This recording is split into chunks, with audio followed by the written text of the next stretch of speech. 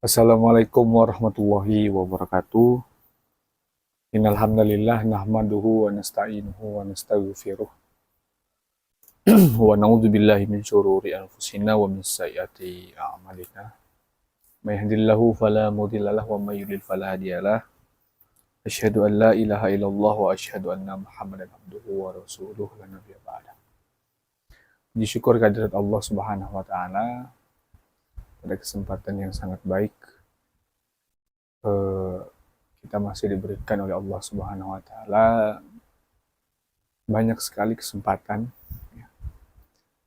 yang mana setiap manusia dan setiap orang tentu kesempatan itu berbeda-beda. Maka inilah yang patut kita syukuri sehingga kita masuk dalam golongan hamba-hamba yang senantiasa bersyukur dan menerima apa yang menjadi pemberian dari Allah Subhanahu wa taala. Selanjutnya, salawat serta salam semoga selalu tercurahkan kepada junjungan kita Nabi besar Muhammad Sallallahu Alaihi Wasallam, yang mana Nabi Muhammad ini satu-satunya suri toladan yang paling utama bagi kita dan tidak menutup kemungkinan menjadi satu-satunya suri toladan bagi generasi-generasi muda saat ini. Yang pertama saya ucapkan selamat kepada pimpinan daerah pemuda Muhammadiyah Kabupaten Pasir. Ya, pada kesempatan ini saya ingin berbagi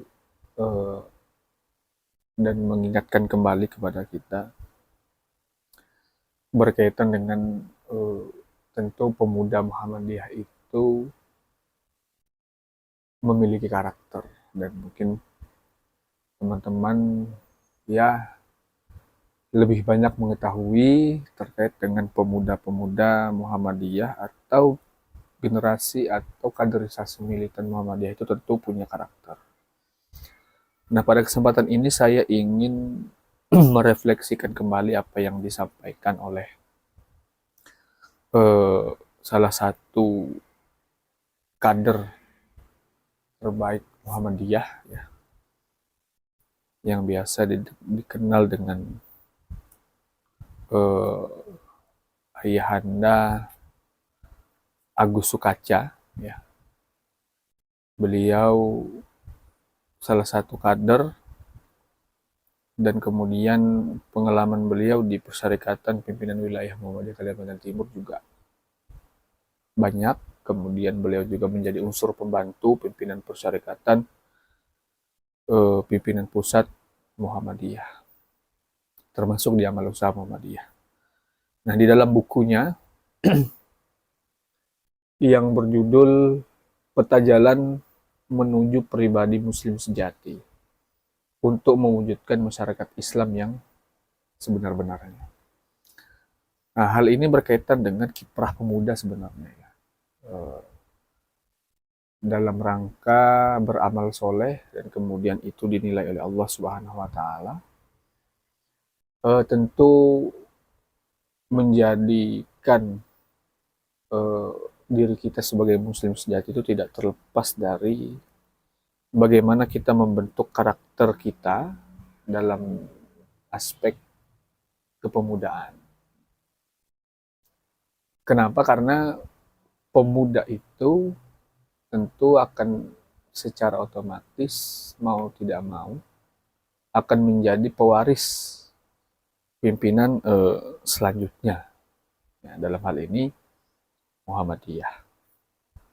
Dalam Al-Quran Allah Subhanahu wa taala menegaskan alladzi khalaqal mauta wal hayata liyabluwakum ayyukum ahsanu amala wa huwal azizul ghafur.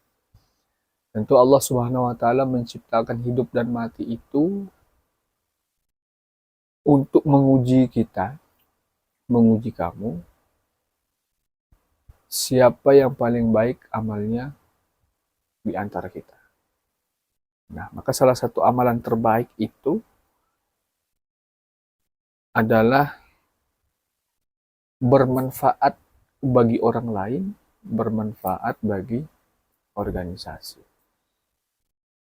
Nah, khususnya bermanfaat bagi diri kita sendiri.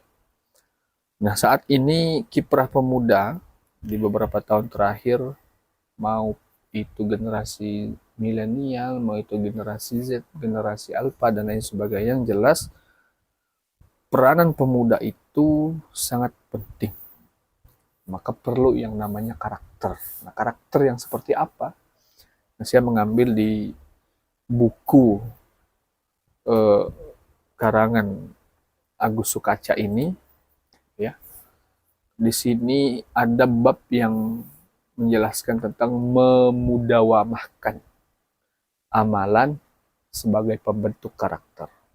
Mudawamah itu bahasa sederhananya adalah membiasakan. Kalau kita terbiasa terhadap sesuatu yang baik, maka ya kita biasa melakukan hal yang baik. Tapi kalau kita terbiasa melakukan sesuatu hal yang buruk, maka keburukan itu terjadi, ya kita anggap biasa-biasa saja. Nah, maka karakter pemuda berangkat dari hadis riwayat Ibnu Majah yang artinya, beramallah yang dapat kalian lakukan, sesungguhnya sebaik-baik amalan adalah yang paling memudawamahkan atau menjadi kebiasaan meskipun sedikit. Kalau bahasa lain mungkin mudawamah ini bisa dikatakan dengan istiqomah. Artinya kita terbiasa dengan hal-hal yang seperti itu. Nah, atau dengan sederhana, kebiasaan itu adalah perbuatan yang dilakukan secara berulang-ulang, ya. Untuk melakukan itu tidak terlalu banyak pikir. Kita sudah terbiasa dengan itu. Terbiasa dengan solidaritas di dalam organisasi dan lain sebagainya. Artinya ada keinginan untuk memajukan dan membangun. Kemudian tentu memudawamahkan pembentukan karakter ini, ya, di dalam buku ini dituliskan ada 6 tahapan supaya kita itu terbiasa untuk melakukan hal-hal yang bermanfaat. Nah, yang pertama, nah ini karakter ini harus dimiliki nih oleh pemuda, ya, oleh kita semua lah. Yang pertama adalah berpikir. Nah, pada tahapan ini seorang berpikir atau berniat untuk melakukan suatu aktivitas. Aktivitas itu kita yang tahu kapan mau dilakukan, sampai di mana itu dilakukan. Nah, di dalam berpikir di sini juga dikatakan kita punya niat di dalam hati untuk melakukan sesuatu. Kalau di dalam organisasi ini sama dengan perencanaan. Nah, kita punya misi apa ke depan. Kan di dalam Al-Quran pun kita dianjurkan untuk melakukan perencanaan. Ya. Setelah ini mau apa selanjutnya? Setelah ini mau bikin apa? Ya kan?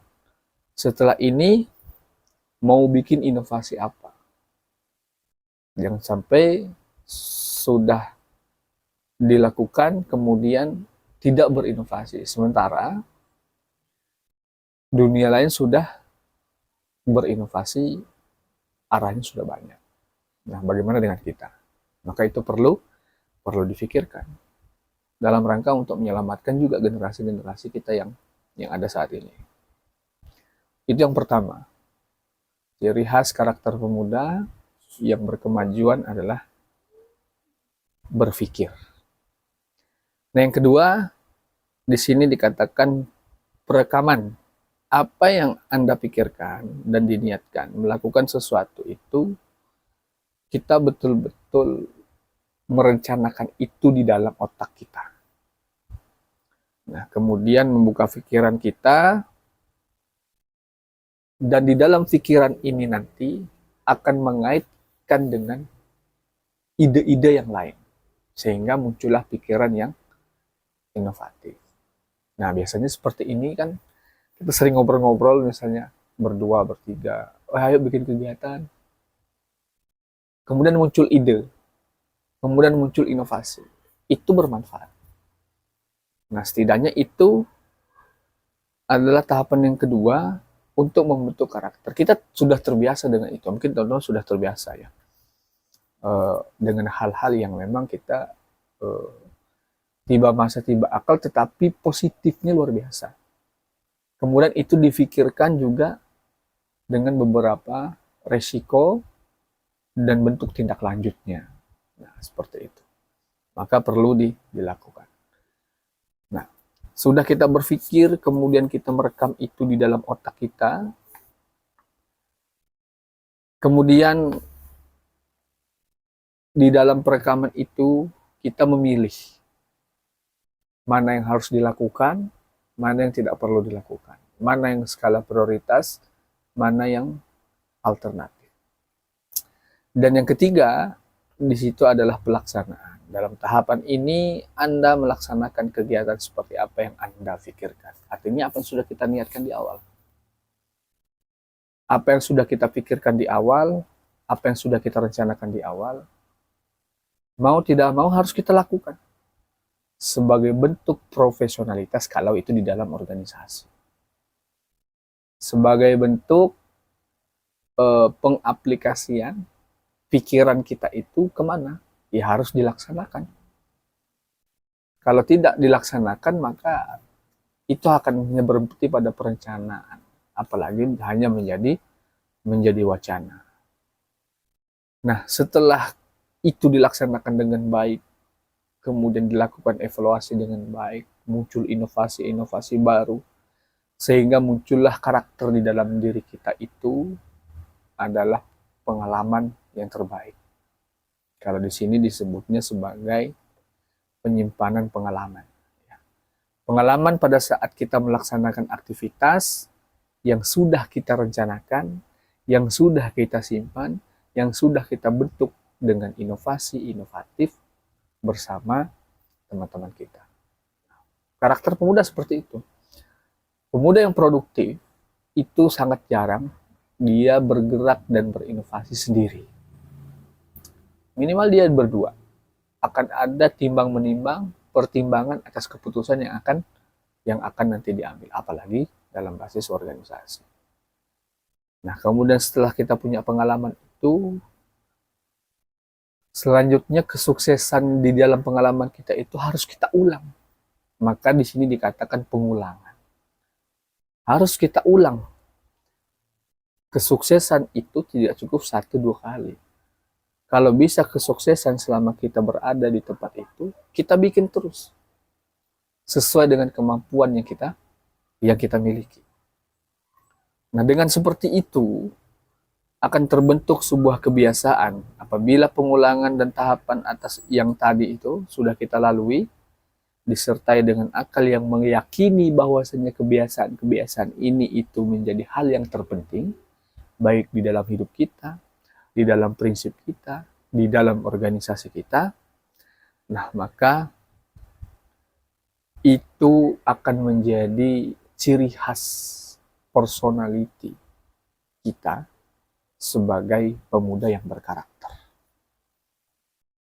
Artinya pemuda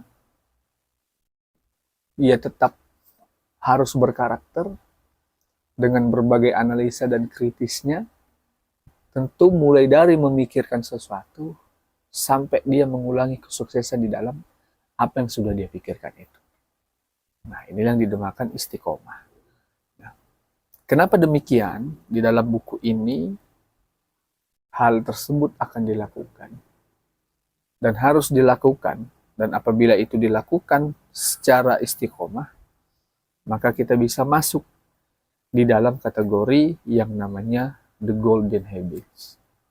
Ya. Artinya, generasi emas itu ya perlu dibentuk atas dasar konsistensi di dalam melaksanakan tugas. Kita menyadari tentu banyak kekurangan yang mungkin kita lakukan. Ketidakpuasan yang mungkin orang lain lakukan. Maka diri kita yang hadir justru harus bisa menjadi solusi. Nah, itu adalah karakter pemuda.